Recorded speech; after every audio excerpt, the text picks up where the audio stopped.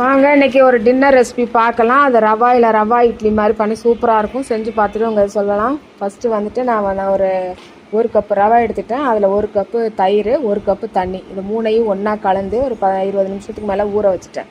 நல்லா ஊறின பிறகு திரும்பி இந்த உருளைக்கிழங்கு மசாலா, அதுக்கு தேவையானது உருளைக்கிழங்கு தேவையான அளவு எடுத்து நல்லா வேக வச்சு மசி எடுத்துக்கிட்டு, அதுக்கப்புறம் எண்ணெய் விட்டு கொஞ்சம் எண்ணெய் கடுகு போட்டேன், கொஞ்சம் 2 ஜீரகம் போட்டுட்டு எல்லாம் வெடிச்சோன்னே வெங்காயம் போட்டுட்டு, வெங்காயம் இஞ்சி பூண்டு இதெல்லாம் போட்டு பச்சை மிளகாய் நல்லா பொடியாக நறுக்கி போட்டு ஒரே ஒரு மிளகா போடுங்க.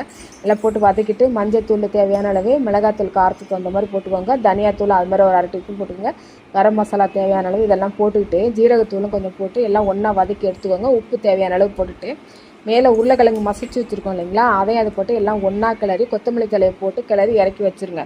இறக்கி வச்சுட்டு அதுக்குள்ளே இந்த ரவா தயிர் எல்லாம் ஒன்றா ஊறி போயிருக்கும். கொஞ்சம் இன்னும் தேவையான அளவு தண்ணி கலந்துக்கிட்டு நம்ம தோசை மாவு பதத்துக்கு நல்லா கலந்து வச்சுக்கோங்க. உப்பும் ஒரு பிஞ்சு சோடாவும் போட்டு கலந்து வச்சுக்கோங்க. கலந்து வச்சுட்டு ஒரு கிளாஸ் எடுத்துக்கோங்க. அந்த கிளாஸில் நல்லா எண்ணெயை தடவிக்கோங்க. ஃபஸ்ட்டு அந்த கலவை, அந்த ரவாவோட கலவை இருக்கு இல்லைங்களா, அதை ஊற்றுங்க. அதுக்கப்புறம் இந்த நம்ம ஆறின மசாலா இருக்கு இல்லைங்களா, அது நம்ம கையால் உருட்டி ரோல் மாதிரி உருட்டி அதுக்குள்ளே வைங்க. அந்த டம்ளருக்குள்ளே வச்சுட்டு அதுக்கு மேலே அந்த கலவையை ஊற்றுங்க. அது மாதிரி ஒரு 4 மாதிரி ஊற்றி வைங்க.